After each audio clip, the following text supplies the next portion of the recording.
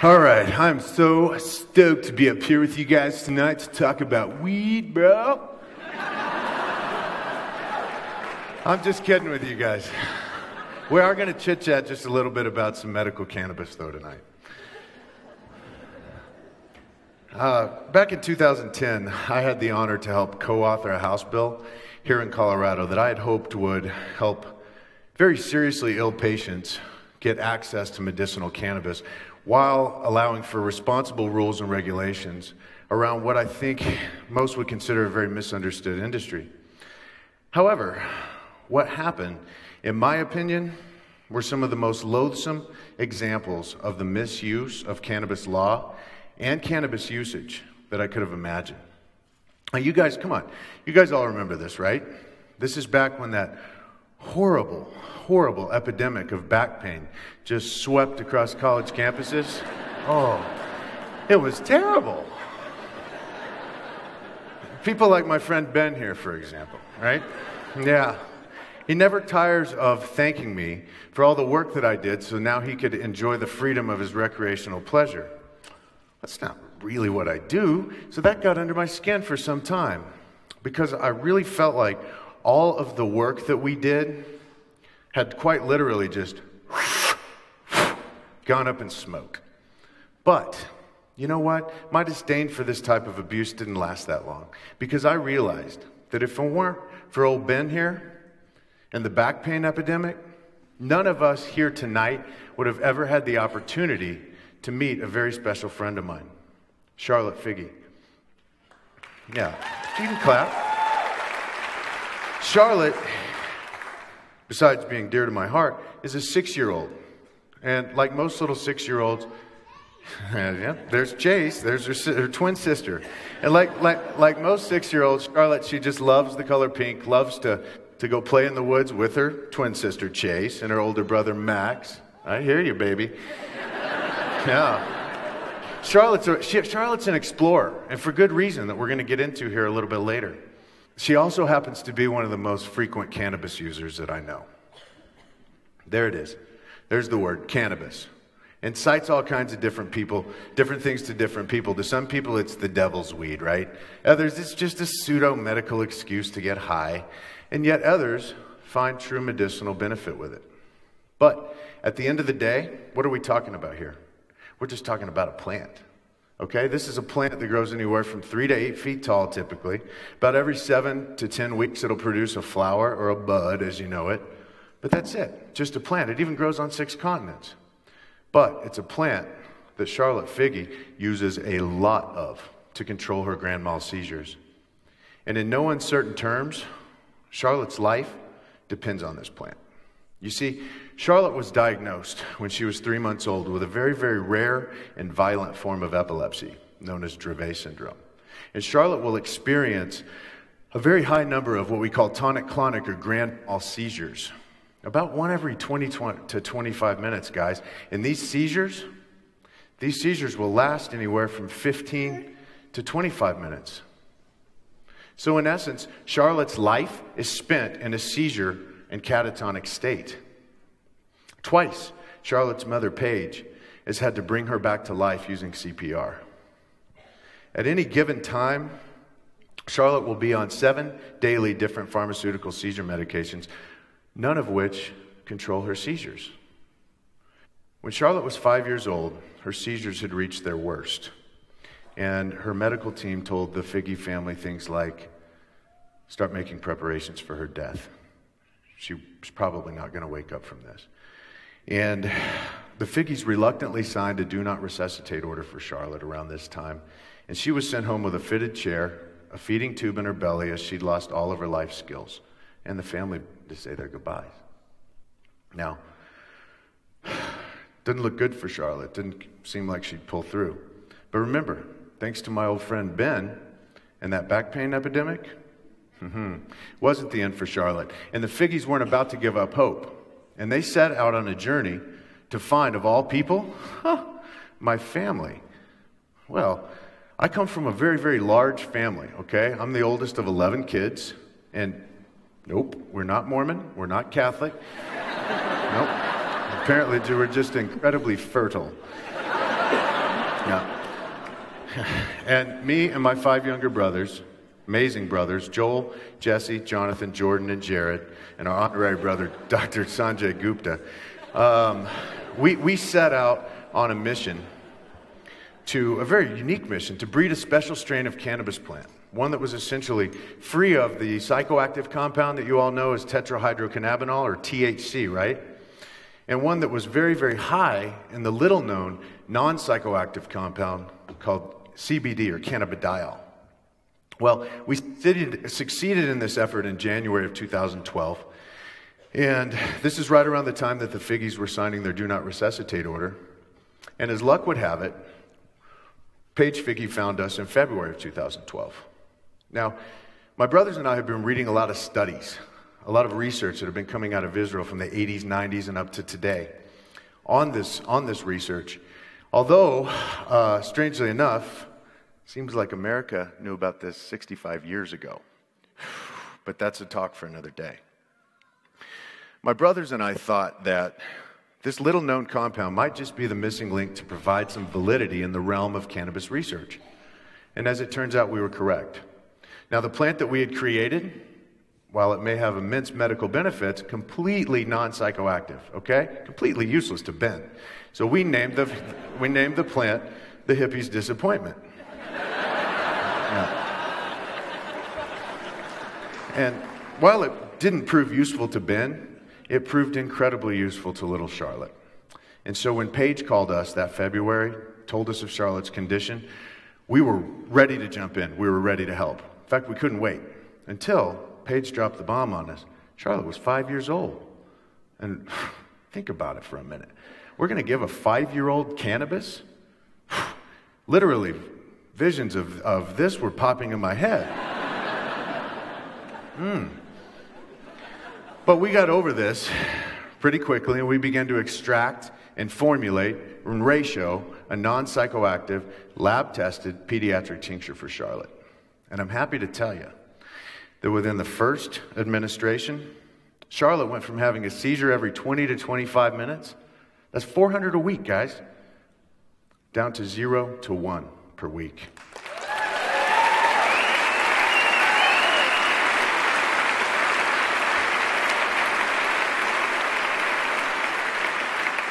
Thank you. And Charlotte was off 100% of her pharmaceuticals. No more pharmaceuticals. Thank you. Charlotte is now awake. She's alive. And guys, real special treat for you tonight. Ballerina. Dance.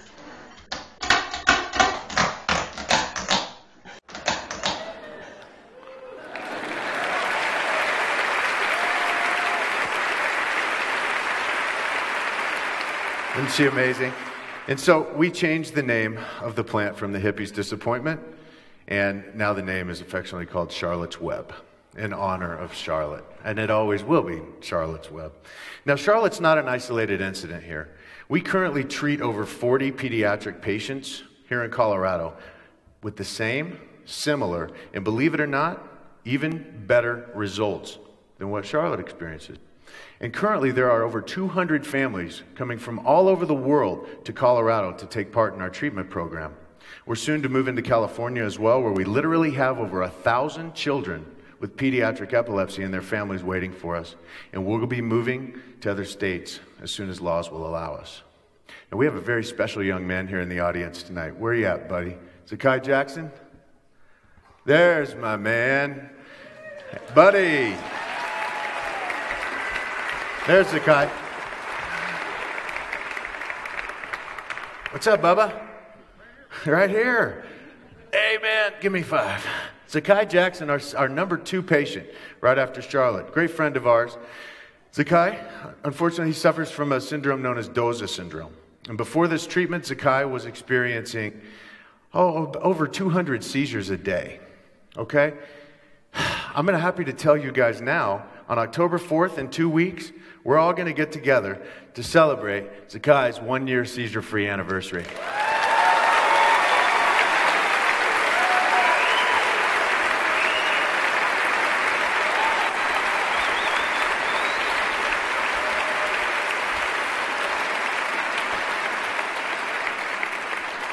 And you know, it's very, very difficult for me as an outsider to relay what this means to families. And I wanted Zakai's mother, Heather Jackson, to tell you guys what this has meant to her. And I get to say, after almost a decade, I get to meet him for the first time without all this seizure activity and drugs. If you can imagine waiting 10 years to meet your kid. So you can see this has a positive impact on a lot of families. And so in light of that, my brothers and I started a nonprofit organization called the Realm of Caring. And the Realm helps to provide support, resources, education, physician-backed medical studies, as well as safe and affordable access to our treatment program. And currently the Realm is in the middle of setting up study protocols with some of the country's top epileptologists in order to start getting down to the bottom of the science, even further as to why this plant is working so well for these children. So, why is this plant working so well? Well, cannabidiol has the highest anti-inflammatory and neuroprotectant properties found in nature.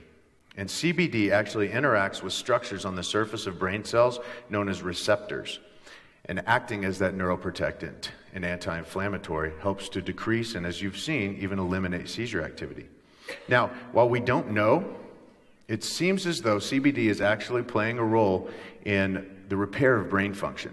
And research scientists and our doctors believe that this is why Charlotte, Zakai, and other children in this program are actually experiencing an ongoing progression of motor, social, and developmental skills, meaning that they're actually coming back to cognition more and more and more every day. They're getting better, guys. I mean, it's phenomenal. Now, I think it's also important to note here that epilepsy is not the only thing that CBD seems to be helpful for. According to some of our early studies and studies out of Israel right now, they're showing incredible results in PTSD, in migraines, depression, arthritis, cancer, and heart disease.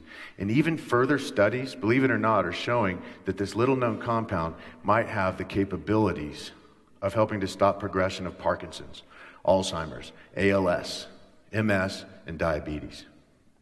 Now, I think it's quite clear. We all know very, very, very little about this plant. We've lived in the last 80 years in this country under a cloud of propaganda and fear. And we're just now, though, we're starting to wake up from that fear. We're starting to replace that fear with acceptance, understanding, and education. And what's happening? Amazing things, right? Amazing discoveries. And that's what happens whenever you're able to lay fear to rest. But we have a long way to go here. I want you all to think about something with me real quick. Charlotte is awake now, okay? After experiencing a 5-year darkness and fear type nightmare. I don't know how you'd feel, but me, I'd feel like doing some exploring. I'd feel like seeing the world, getting out there. Well, imagine Charlotte feels very much the same. Yet picture this. She can't even leave the state of Colorado. If she does, she faces a life and death situation without her medication. Not to mention the fact that the minute the Figgies family, when they leave the state of Colorado on a family vacation with her medicine, they become drug traffickers. Yeah, they look like a pack of hardened criminals to me, don't they, you? So, you know, we can joke about this, and we can bring light to this, because honestly, the situation is ludicrous, people. It's ludicrous. Charlotte can't leave the state. How many other children can't get into the state to get this treatment? It's not that easy to pack your whole life up and move from wherever you are in the country, or the world for that matter, and just relocate to Colorado. And furthermore, they shouldn't have to. Colorado children are not different physiologically than a child who lives in a Midwestern state. And it hurts me to tell you this next part, but this is a reality we face all the time here. Just last week, a very special young boy in Indiana with Dravet syndrome passed away because his family couldn't get out here to get the treatment in time. And we couldn't send it to him because the law doesn't allow it. If the law allowed it, It's a next day air package. It's that easy. Folks, children are dying. Come on.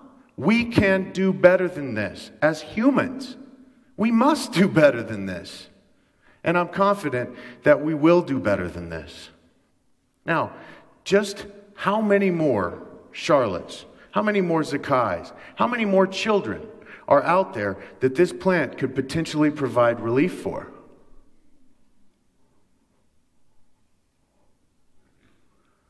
This begs us to ask the question, are we willing to change our national view on medicinal cannabis and trade to save 1,000 more lives? How about just one more life? Well, guys, I have a very special friend here tonight who strongly believes this to be the case. And if y'all don't mind, I would love to introduce you to one of the most courageous little girls I've ever met in my life. Please welcome and meet Charlotte Figge and her parents, Matt and Paige.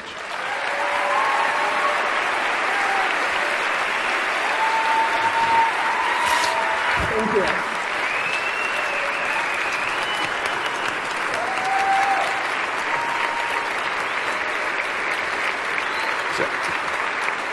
Can you say hi to everybody?